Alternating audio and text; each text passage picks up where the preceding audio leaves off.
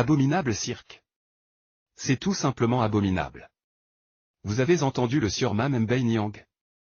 À ses yeux, la situation sanitaire de Oscar Sierra n'est pas alarmante. Ils attendraient certainement qu'il soit à l'article de la mort pour prendre des dispositions urgentes. Par exemple, l'évacuer quelque part en Europe et s'en débarrasser. Admirable cynisme. Si la lettre de l'administration pénitentiaire pas le bulletin de santé du chef de l'opposition adressé à la garde des Sceaux s'est retrouvé dans la rue, c'est la faute à deux coupables alors qu'ils savent pertinemment que l'auteur de cette fuite leur tire la langue depuis Paris.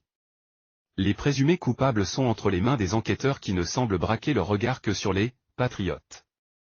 Quand la délatrice qui se fait appeler « Anita » mettait sur la place publique les données personnelles de l'opposant, le proc n'avait rien vu. Et puis, quoi encore? La belle comédie de l'agent judiciaire de l'État. Et là, ça devient carrément ridicule. Le bonhomme a demandé à la Cour de justice de la CEDEAO de renvoyer l'audience virtuelle de ce 31 octobre et qui devrait se prononcer sur l'affaire Sonko, à novembre prochain. Selon le pantouflard, ces bureaux, qui se trouvent au centre-ville à quelques pas du palais présidentiel, connaîtraient des problèmes récurrents dans la distribution électrique et des dysfonctionnements en connexion Internet. Belle insulte à la politique de l'émergence du chef mais aussi à la Sonatel et à la Sonélec. C'est Abuja qui va se moquer de Dakar. Tout cela montre le peu de sérieux de ces messieurs pour qui l'élimination de pro de la présidentielle de février prochain est un impératif vital.